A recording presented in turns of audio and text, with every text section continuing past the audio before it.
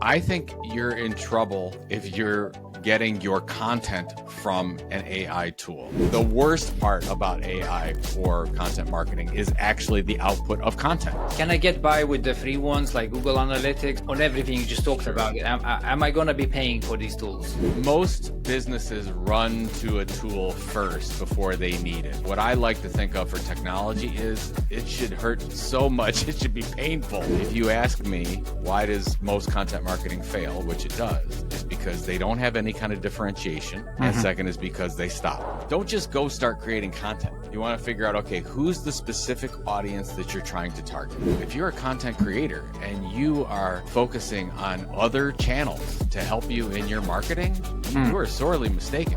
You want to pick maybe 1 or 2, 3 channels at most that you can spend some time on and resources, and then you have to forget the rest.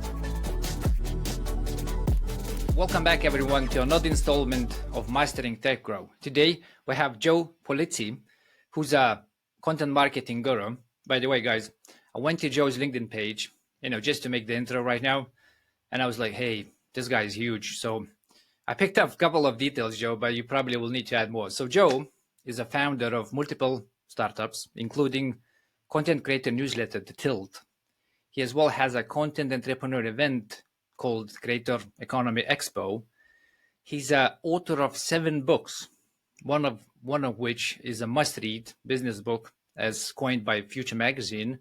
He as well has multiple podcasts, has a foundation, The Orange Effect, which delivers speech therapy and technology services to over 350 children in 35 states. Welcome, Joe. Mike, thanks for having me. I appreciate it. And so I'm glad I have all that stuff on my LinkedIn page for you. So it's a lot, Joe. I mean, I was scrolling through the feed and your description. I was like, why can't I just pick to sort of give everyone's the feeling of your persona. So can you give us a little bit of your background, Jones? Like, how did you end up in content marketing? What are you currently doing? And, what's in the future for Joe? Yeah, I mean, I've the reason why I have all those things, Mike, is because I've been around for 25 years. So that'll do that. I started in publishing in 2000, so 24 years ago. And I fell in so business to business publishing. And as part of that company, I was in charge of the custom media division, which basically we're going to talk about content marketing, but it's basically instead of what this company did was sell exhibit spots and advertising in print magazines and those types of things, we were reaching out to large businesses like Microsoft and Hewlett Packard and helping them tell their stories.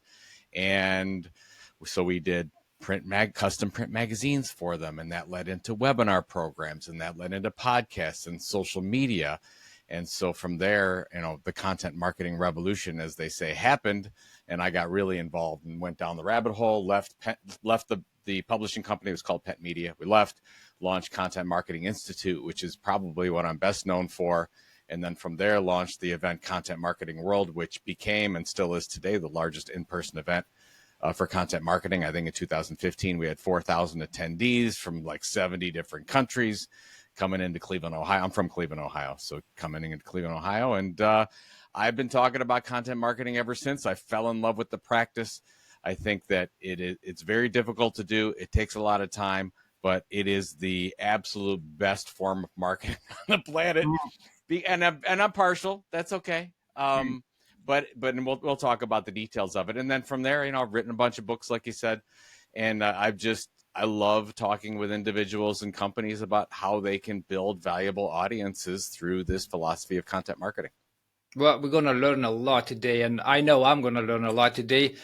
And as in the podcast, we care about content as well. So just to give a flavor for everyone listening, so we'll go into the how, the what, and the why of content marketing in the beginning, and then hopefully we're going to touch on some bigger trends with content marketing, which is the short-term content. We all love it, or are we all addicted to it? Role of AI, generative AI right now in the content marketing, and some couple other bigger trends. So Joe, just to kick this off, why should I care about what is content marketing, and why should I care about it? Well, if you want to be part of an innovative company, you definitely want to care. By the way, not every company needs to do content marketing. You can advertise, you can market very traditionally. There's a lot of businesses and industries out there that do just fine without any cohesive content marketing strategy. But if you want to really break through and grow significantly, I think you have to build strong relationships with your customers. And there's no better way to do that than with content marketing. So basically, just to give some people an idea, we're just throwing out content and marketing together. Traditionally, the way everyone did it is you had fewer media channels, and we would then leverage. So let's say the New York Times or Financial Times or television or radio. So people own those relationships, media companies own those relationships with that audience. And we as companies would rent that space. We would buy advertisements in order to say, hey, while they're listening to this really popular program that they like, we're going to try to distract them for a while and say, hey, I know you're listening to this thing. I know you're reading this article in this magazine, but here I am, buy my products and services. That's traditional marketing. That's basically interruption marketing.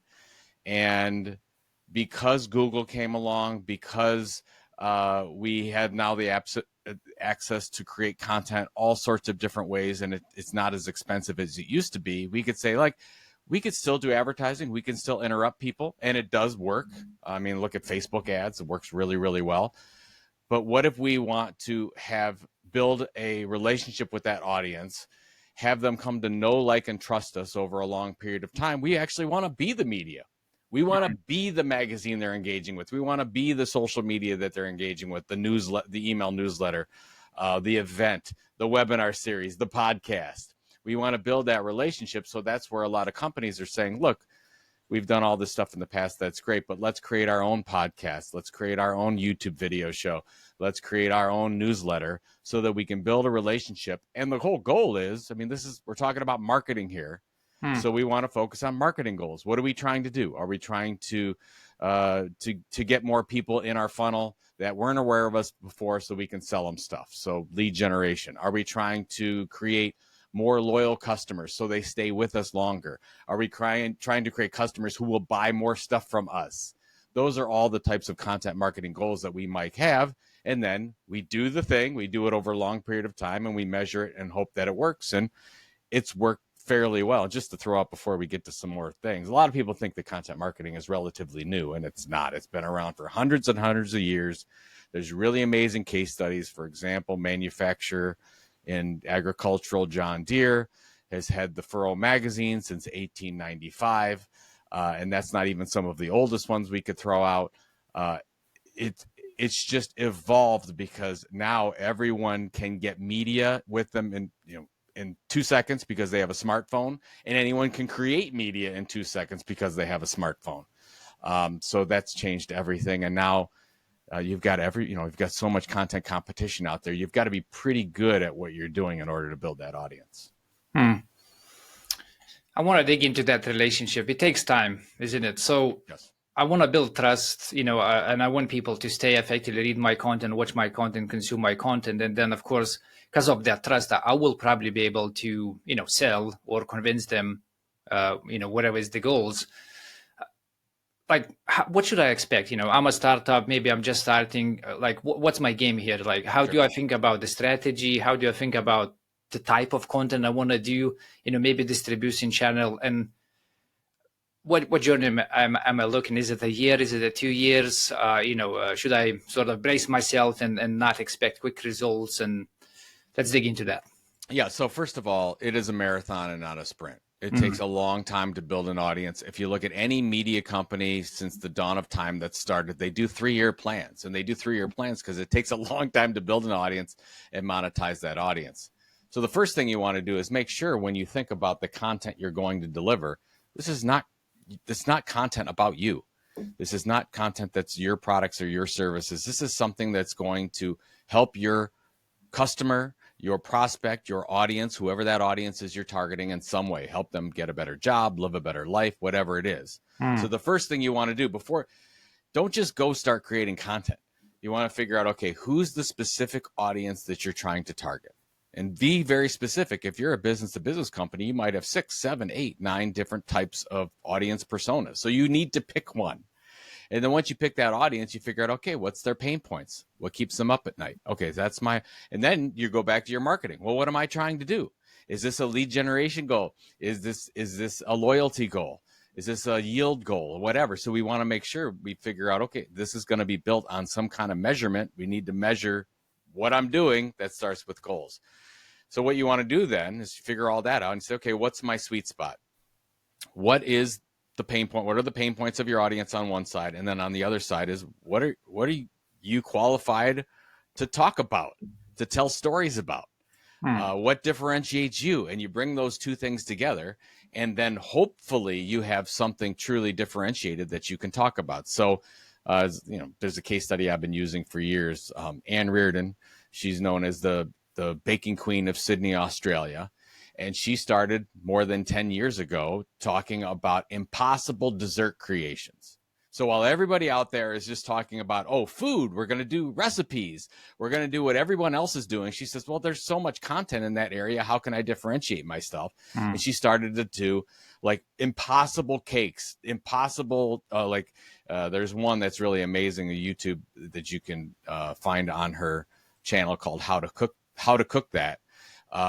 Where she has basically, it looks like a working camera made out of chocolate. Well, how does she do that? Well, she's targeting people that are interested in that want to do that. And she's going step by step through it. Nobody was doing that at that time. So figure out when you're looking at your sweet spot, how can you truly differentiate? And that's what we call the content tilt. How can you create content that differentiates and rises above all the other content clutter out there? So that's where I want to start. And Mike, nobody starts there. Everybody starts by, oh, no, I got to be on Twitter or X. I got to start doing YouTube videos. We're going to do a podcast. We're going to do a Q&A with an industry expert. You know what? So does everyone. Everyone does that. So figure out, how am I going to do something different that really can break through so I can make an impact on this audience.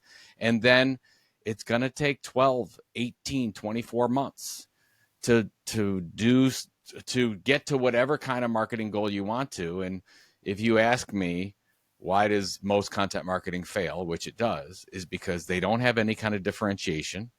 And second is because they stop. So most companies treat their content marketing like campaigns. Oh, we're going to do this thing for 3 months. Or we're going to do this thing for 9 months. Well, you're just getting started. It takes a long time to build. Like when we launched Content Marketing Institute, we launched it as a blog. We thought that we were trying to create a really valuable how-to information for content marketers, for marketing people. And we're like, okay, how do we do that? We're going to do that by delivering a blog every day. That blog's going to be 800 to 1,200 words. And from 2007 to 2010, I mean, we were just building that audience. So we got to about 10,000 subscribers. And once we got to that point and really started to see some growth, now that same newsletter is at 250,000 subscribers, but it took a long time. So that's, almost 15 years later. So it does. So I'm just saying, if you're going to do this, you're not going to stop all the other things you're doing. You can still do advertising, you can still do public relations, still do all the regular stuff, but it's going, the payoff for somebody getting up every day and saying that you're the leading expert, you're the company I want to follow. It takes some time to do that because you have to deliver over and over again for every day, every week, every month. And then you get to a point where you are the leading informational resource for your customer, and you'll end up starting to sell them more. They stay loyal for you. Then you hit all those marketing goals you want to hit. Okay. So distribution channels, you mentioned people effectively doing this upside down. They're going like, I'm going to be everywhere. TikTok, Instagram, YouTube, I'll just do everything. Does it really matter? Like if I define my persona, should I look at the channels like that? Like, should I go like, okay, that age group, spends more time in this social media, that age group spends over there, and actually, place my chips more strategically, or should I just be everywhere if I really want to be seen? Well, first of all, if you're everywhere and you have limited resources, you're not going to be successful. You're going to be mediocre at best on every channel. I mean, the average, according to Content Marketing Institute, the average company, middle-sized company, distributes and creates content in 13 to 16 different ways on all these channels. Well, when I hear a stat like that, I mean, I think, well, there's a lot of really bad, mediocre content out there on all these channels, because how can you be great 13 to 16 different ways? You can't. So yes, to your point, you definitely want to choose, but you can choose based on where your customers are at, which I think is a very strong strategy. But at the same way, what are you good at? Like, do you have some talent on your staff that are really good at podcasting or YouTube videos? Or maybe you've got strong writers, so maybe you're thinking something more like a newsletter. So you do have, like, kind of like Harry Potter's sorting hat, if you will. You have the sorting hat will tell you where to go. It's like, oh, your audience is over here, but at the same time, what are you good at? How are you good at telling stories? And you want to take that into the mix.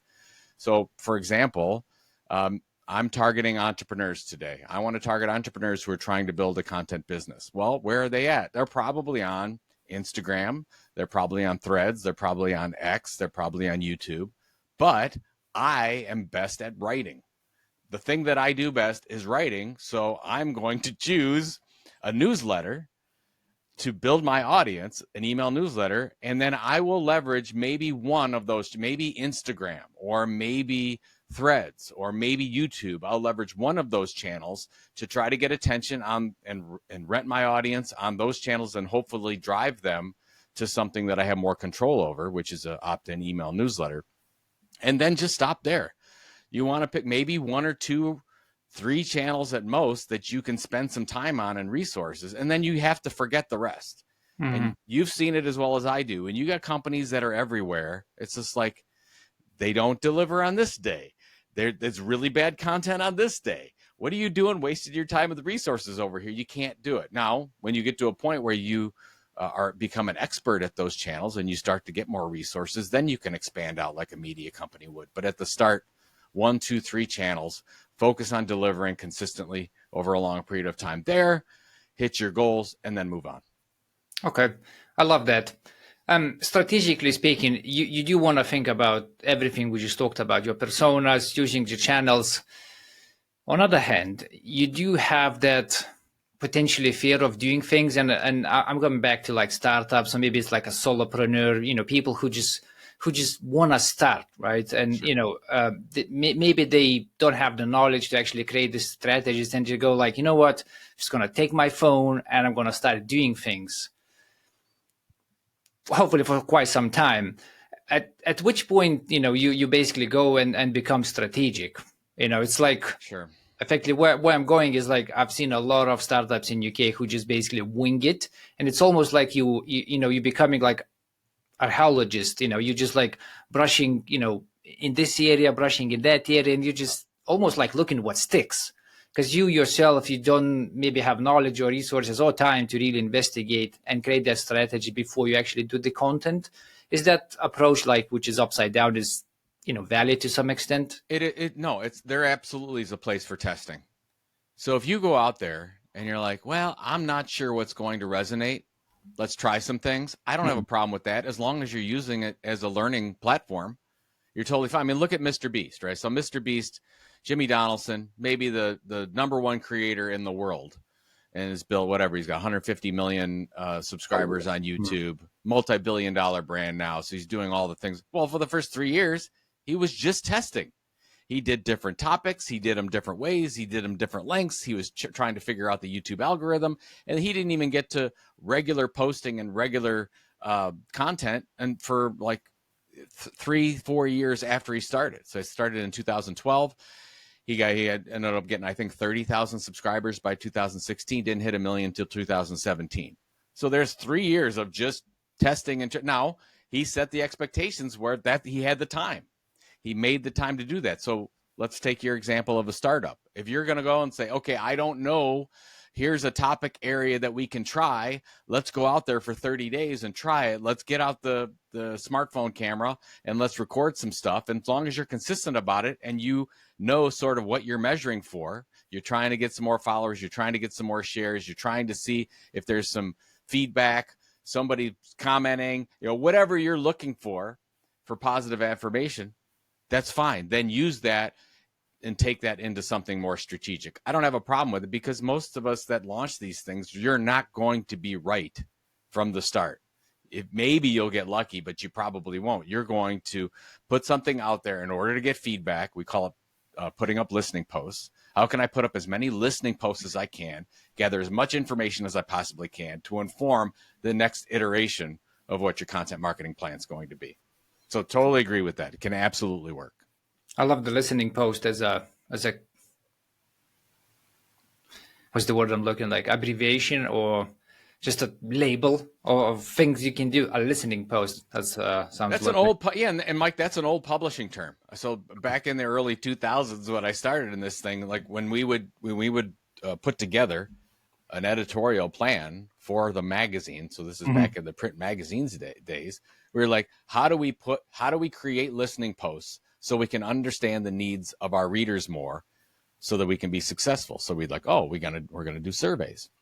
And then Google came out. It's like, let's use Google Trends and figure out that. We got Twitter. Okay. Can we figure out what's hot, what's moving, what were the trends on Twitter and using them? Then you get Instagram, then you get all these different things. So the number one listening post that you could do is actually talking to your customers. That is the absolute best. So you could use all the electronic stuff that you can, and that's wonderful. But I would also recommend, like, if you have real customers and you could talk to them on a regular basis and figure out, hey, what keeps you up at night? What challenges are you having? What are you really struggling with right now? Those types of things. That's what a media company would do. And that's what we all are. We're all like little media companies trying to figure this thing out.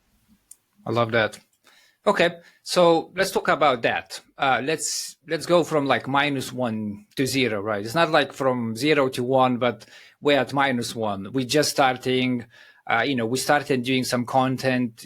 Maybe we have like 20 or whatever episodes on like podcast, and some on YouTube, maybe some shorts on TikTok or whatever. We have some followers. We're getting some views, but we don't really know who these people are, right? So how do I go from, I don't know how to reach to you, because I know you're watching me, I know you're listening to me, but I don't have a connection with you. Like, how do you close that gap, like tactically speaking? Well, if I'm any size business today, but let's just say we're a small business with limited resources, you're probably setting up camp somewhere where there is an audience. That means it's probably TikTok, YouTube, Instagram, maybe Twitter X, I don't know. But let's just start with the three that I mentioned. So, and you're going to do something consistently and try to build an audience, and great, you're seeing some followers, you're seeing some likes, but you don't have no idea what these people, but just like you're getting some positive affirmation, you're feeling good about it. You want something that people can come to you to sign up for, so that you can start to figure out who these people are and get opt-in permission to communicate with them. That could be a webinar series. It could be an ongoing email newsletter. It could, I love podcasts, but still, even with a podcast, you don't know who these people are. So at the end, maybe it's a report series, something where they can sign up on your website, get this information, and then you have the ability to communicate with them. Like there's a lot of younger companies out there that are just thinking social media channels, which is fine, but you got to remember, you are renting their property. You have no rights. They will change the algorithm at any time. They will block you at any time. So you're getting free access to this audience. You're going to do the most with it that you can right now, but at some point you have to think like a marketing strategist and say, I need to have the data. I need to have the first party data of who these people are, and then communicate with them outside of the terms of whatever, of TikTok, of YouTube, of Instagram. So that's why I want to see a regular newsletter. So that's what you generally see. Some young company starts out doing YouTube shorts. Great. They're doing YouTube shorts. They're starting to build something. They're like, okay, now let's do a regular YouTube show. Let's not just do shorts. Okay, they have the shorts, then they're doing the YouTube show. Maybe it's a weekly show. They're starting to get some subscribers. They're starting to get some followers. That's great. And then when you get those followers during the program, you're like, hey, you like the show so much, we've got a weekly roundup that you can sign up for on our website. That's your newsletter that they can sign up for, and you're going to deliver that every Friday morning, every week. And then you've got that, and then you're building that. That's an asset. All these other things that you're building, not assets. You don't control them. You don't own them. You can't do anything with them. So you have to take that energy that you get from those social media platforms and get into some kind of asset. And that comes down to an email address. And I hate to be so old school, but it's been the same way for the last 20 years. Like if you don't get that email address and you don't have a way that they're going to actually open this up on a regular basis and give you permission to communicate with them, all the work you do on social media can be over in a snap. And so I want to make sure that doesn't happen for you. So you got to build a program to get them back to your website and sign up for something. I love that.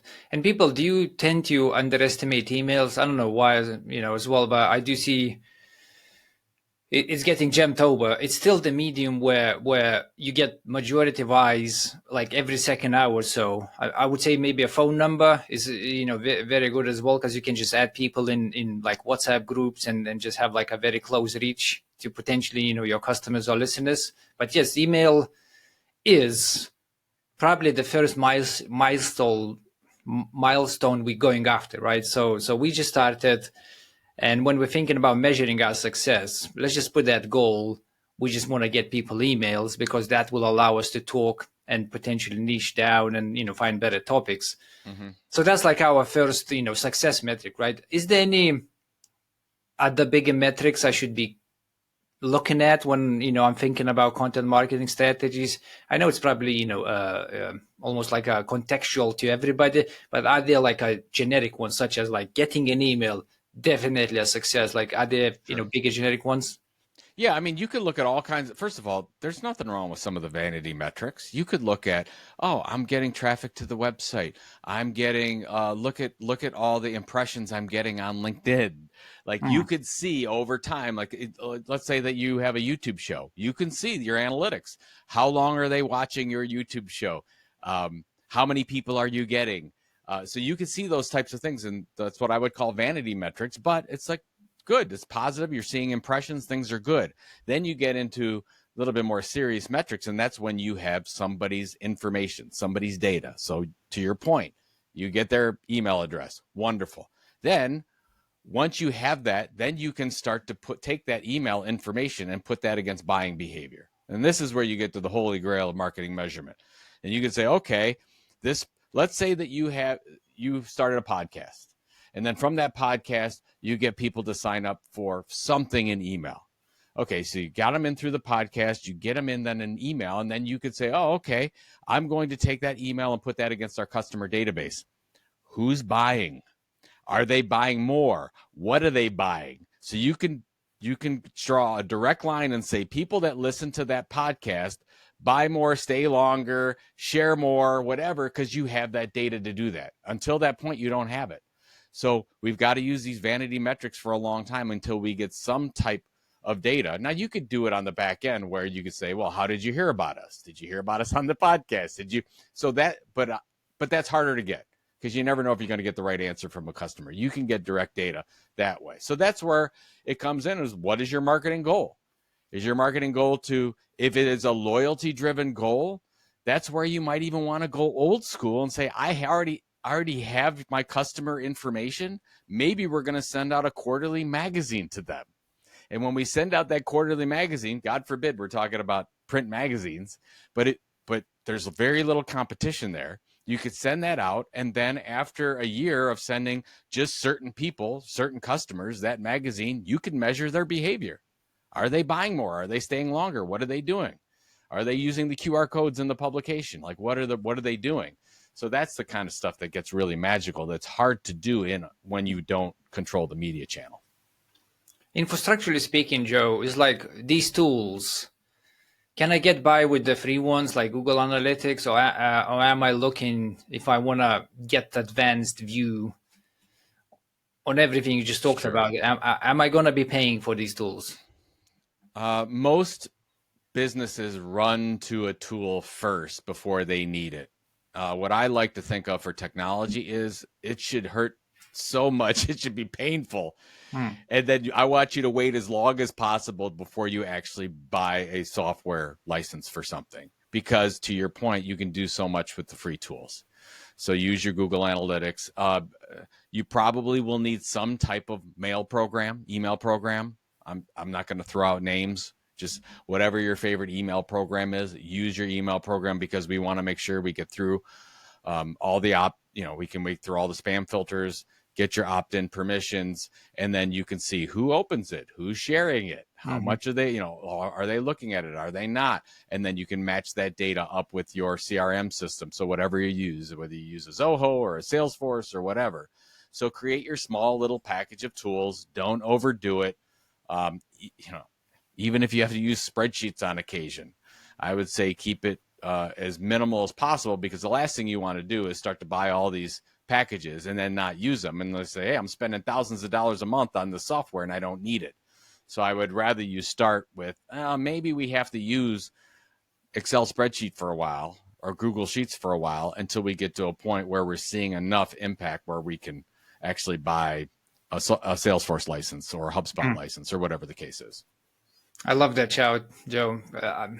People do run to tools, and it's marketing of the tools, which clearly works well, because people go like, "Oh my God, this is a silver bullet; it's going to solve all my problems."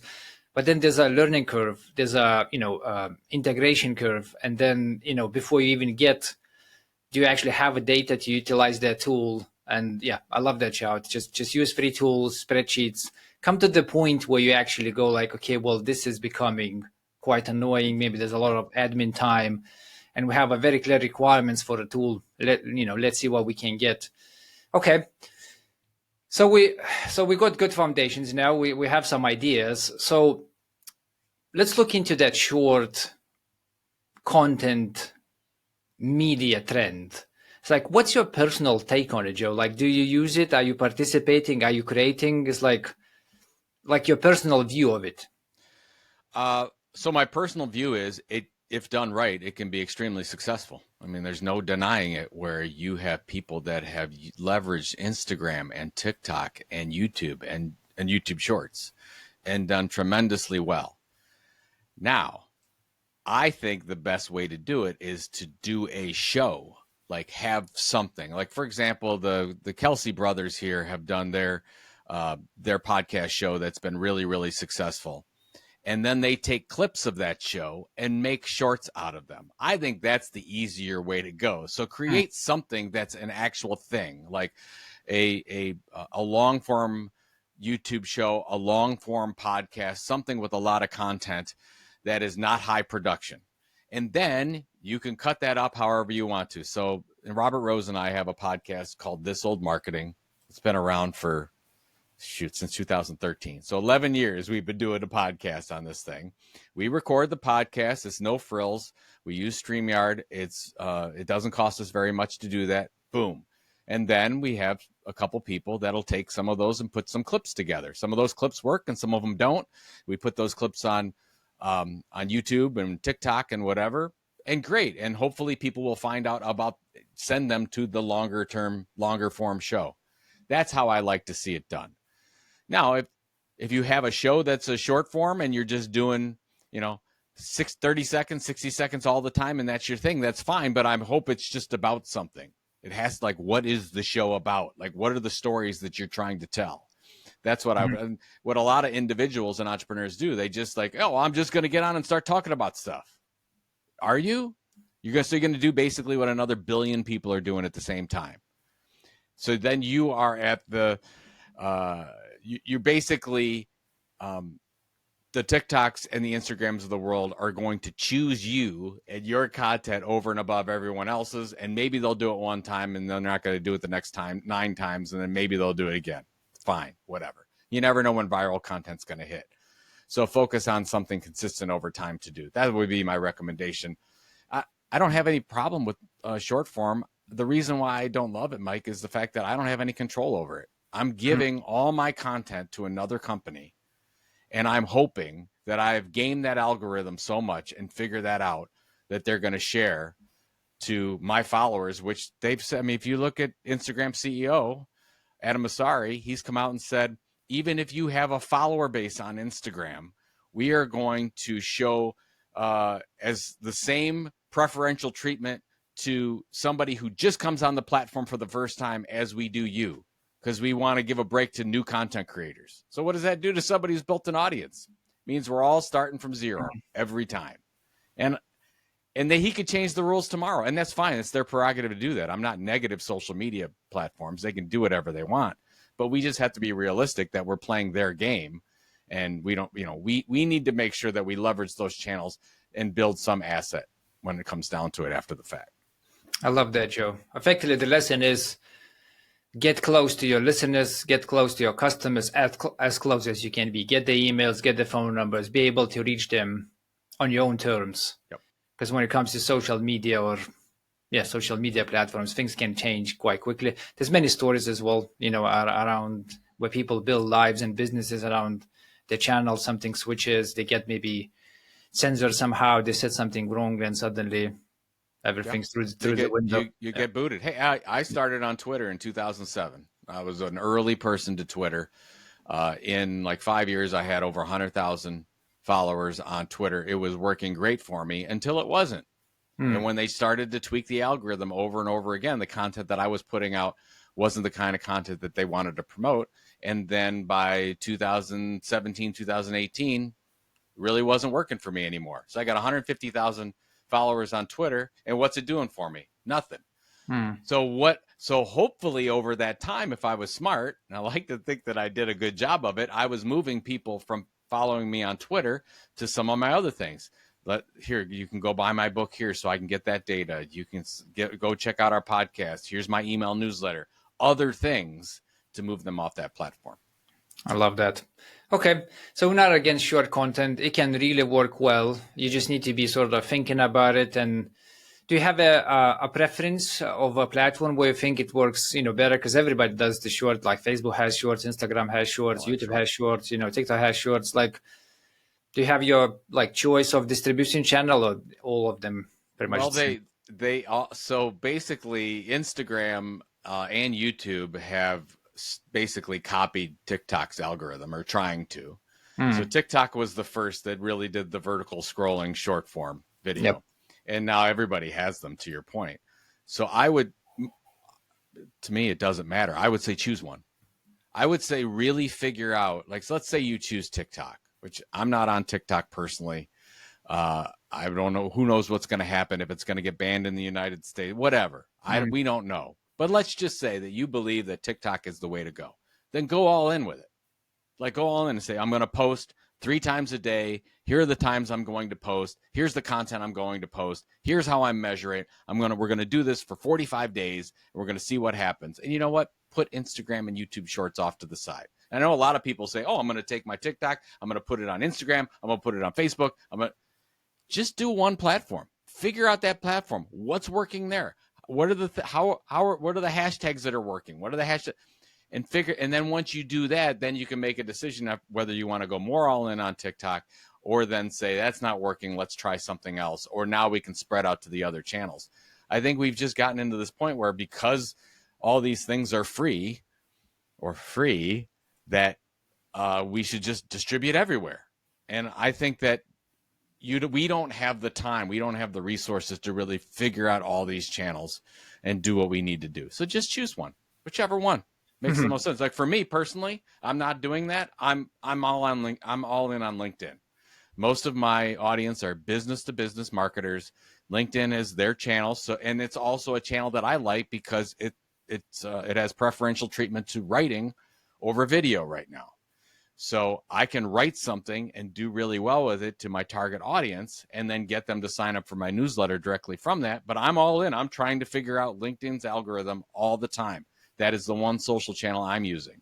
So everyone listening to this is pick your channel, learn that inside and out. You can be successful on any one of those channels, I think, if you focus on it and spend some time there. Okay.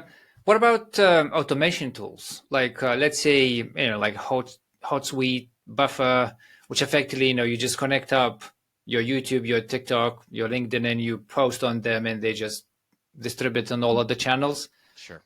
Is that too much? Am I just I don't know, spreading myself thin or something like that? In theory, I'm working with one automation service, but then covering all the social media. Sure. I have no problem with any of the automation. If you're using it, and especially if you have a team, So if you've got multiple accounts that you're posting to, and you want to do them at a certain time in a certain way, and link in with your analytics, wonderful. If it's a great way to measure. If you're starting, I wouldn't do that when you're starting. I would get started first, figure out how to distribute on the core platform. And then when you get to a point of, hey, this is just way too much and scheduling and I can't track it and whatever, then you can go to something like a Hootsuite and take it up a notch. But I wouldn't necessarily start there. Okay. And you don't have, again, some people might disagree with me, but I think you don't have to say, oh, here's the video, and now I'm going to, from my account, I'm going to post it here, here, here, here, and here. So I blast it out. I don't think that's a good strategy. Even if you're going to leverage on 3 or 4 different channels, I think you should have different content. Who's the audience you're trying to target on TikTok? Are they the same that's on Instagram? Are they the same that's on YouTube or LinkedIn? Probably not. Are you telling a different story here versus here? Probably yes. So your editorial calendar, your content's going to be different on this channel for this channel. So I just want to make sure that if you use those tools, which can be very valuable, you're not just sending out the same message and spamming everyone at the same time. Yeah, investing your time and energy and then going like, why doesn't it work? Yeah. Okay. Did you ever notice, you said you're all in on LinkedIn. Did you ever notice that you get this, I want to say penalized, like being penalized, but it's more like for a segment of time, LinkedIn goes like, you know what, I'm just going to give you less impressions. And you're actually seeing, like in your statistic, you actually see like a dip. Maybe because of a content, maybe because of like automation tools or something like that. It's strange. I mean, some of these algorithm changes happen on an every other day basis. I mean, obviously they're updating it. So you're thinking, okay, well, sometimes when I tag people, it doesn't do well. And sometimes when I tag them, it does do well. And sometimes when I share somebody's post, I don't get anything. It was sometimes so it's very, very difficult to figure out. The one thing I do know for sure, because I've tested this personally over the last few years, if you deliver consistently over a longer period of time, you're going to do better than if you don't. Than if you just say, hey, I'm going to do a post on Tuesday and then a post in 2 weeks and then 3 posts in a row the next week. But if you deliver something of value, let's say every Monday, Wednesday, Friday, it's targeted to your audience, it's thoughtful, it's original, you're going to get more people to view that and sign up for your newsletter or whatever than if you're just sporadic about it. So I would say more than anything else, consistency wins. Yeah, that's definitely the formula. The consistency. The algorithms need to develop a trust with you. They need to be able to go like, yeah, this guy doesn't fail every day or every week, whatever is your schedule. I've been told by someone that if you use APIs, the platforms actually penalize you. It's not like penalize you, but they just give you, less views, because effectively they draw this conclusion that if you're using API, you're probably using the same content with other platforms, or you're giving the same content to other platforms. So they basically go like, you know what, for this particular post, which came through APIs, which is going to show to less people. And I was like, that can't be right. I mean, you created those APIs. You gave me the ability to use those APIs. Like, why I'm getting less views? And I give it a go. And it actually did that. Like on LinkedIn, it sliced about 40% for these posts, which are going through API, which was just surprising. That's, where my sort of question came from. Well, I mean, to your point, this is what it comes down to. If you're a content creator and you are focusing on other channels to help you in your marketing, you are sorely mistaken. LinkedIn does not want to help you with your marketing. They want to help themselves draw more advertising and more revenue and more premium subscribers and all those things. So whatever's going to help them do that, then they're going to help you. So just remember that even if you find amazing success and you found the formula that works on LinkedIn or X or wherever else, it'll all come crashing to an end, and it always does. It did with MySpace. It did with Google Plus. It did when Facebook cut out all their APIs and changed their algorithm. It did when certain people got kicked off of Instagram. I mean, it just happens over and over again. So I just want to make sure that when we're thinking about a content strategy and using social media, Social media, it is a secondary form. It should not be your primary. Your primary should be something that you can actually control. Yep, I love that.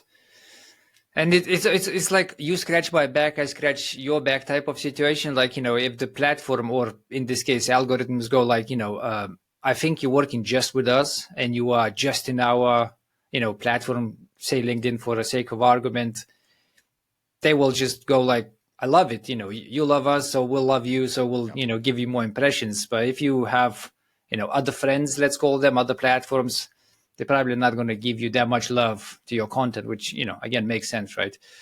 Okay. So we chose the strategies. We know our customers, we have our platform, we have a little bit of like schedule. We are being consistent more than anything else. We're getting somewhere, right? But it's taking a lot of time, right? So I'm doing podcasts. There's another person doing the shorts. There's another person, doing some ghost writing for the newsletter. There's another person talking. It's all basically a huge operation now. And I'm like, how can I make it faster? And here you go. We got generative AI. You put in some prompts, boom, you get stuff. Can I use this and not really lose my authenticity? Like, is it possible to really leverage AI in the whole content marketing situation?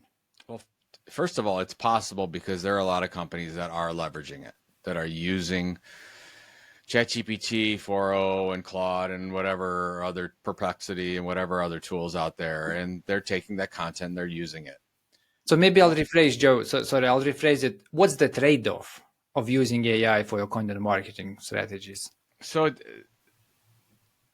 I think you're in trouble if you're getting your content from an AI tool.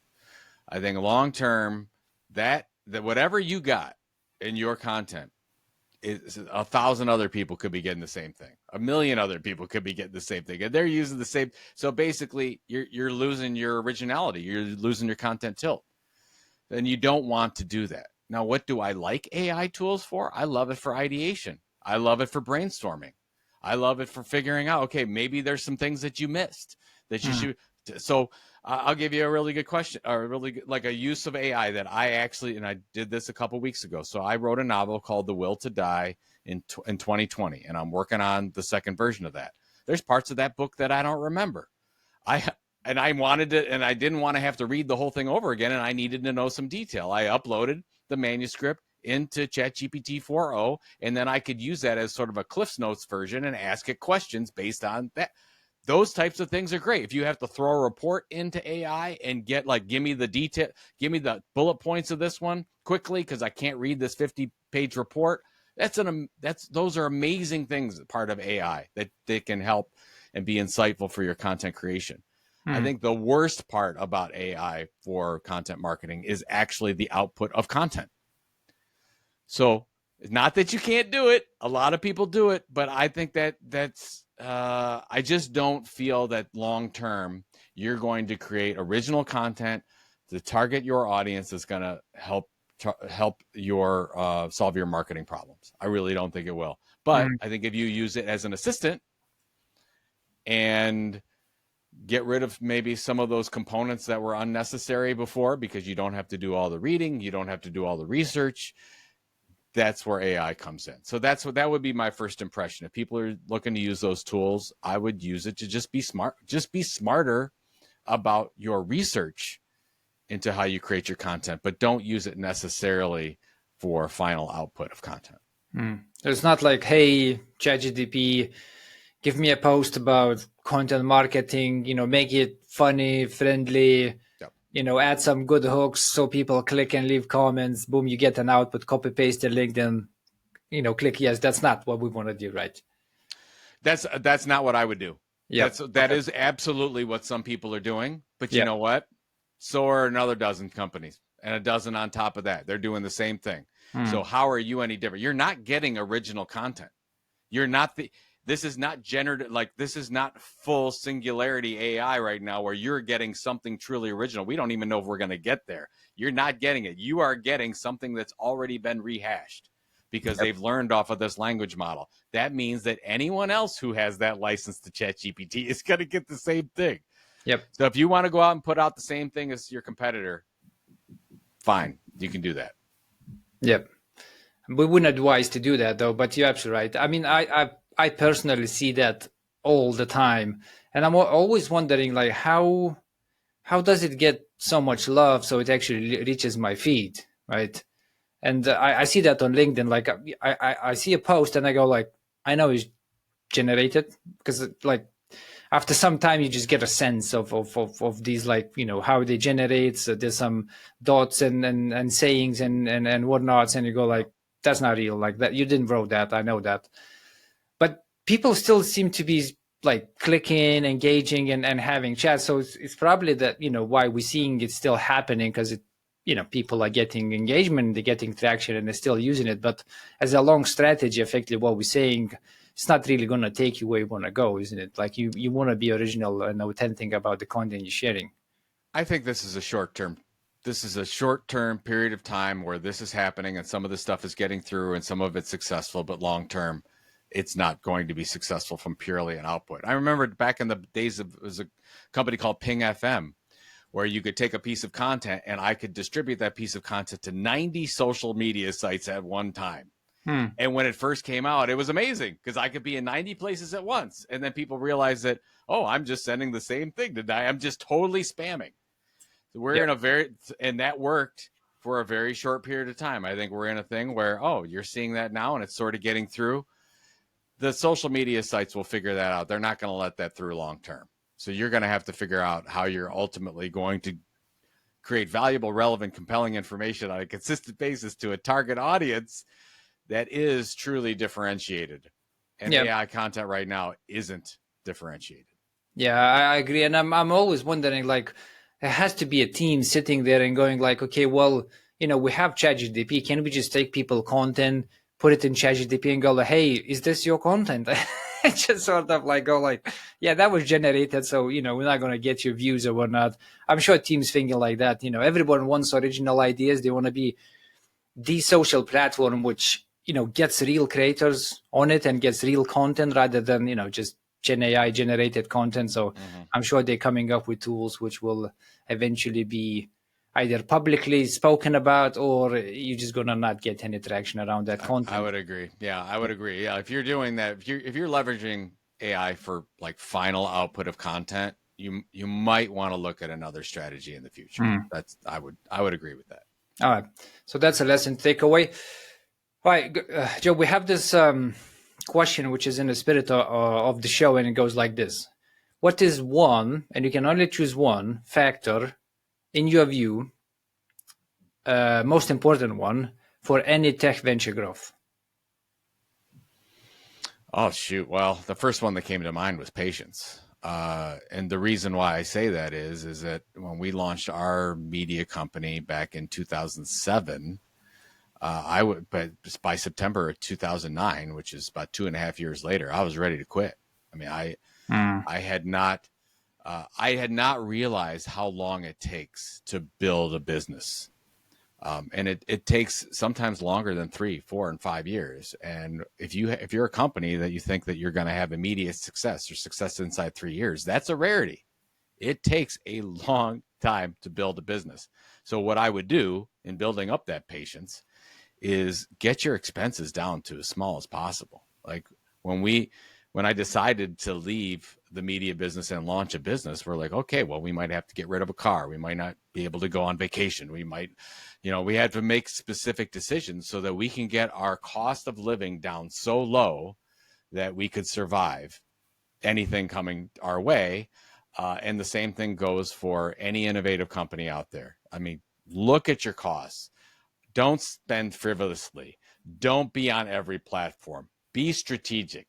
When you go and choose one thing, go all in on that thing, but you might have to say no to a lot of different things. So I guess that's the whole thing, is patience and saying no to as many things as you can, so you can say a big fat and emphatic yes to 2 or 3 things and be great at them.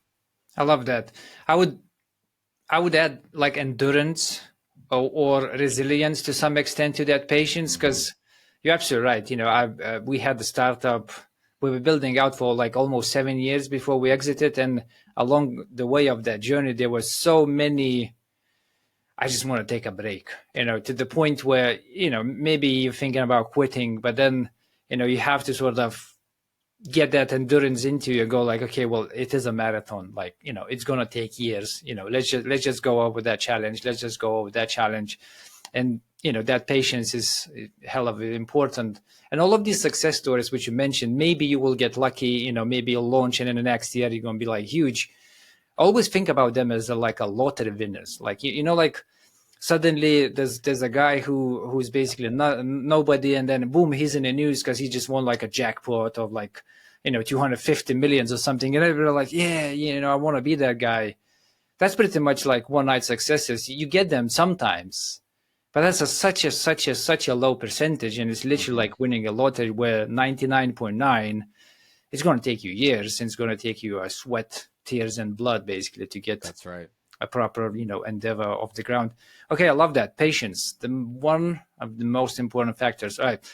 That was lovely, Joe. Thanks for being with us. There's a lot of knowledge and a lot of tactical things we shared about content marketing. Thanks for coming.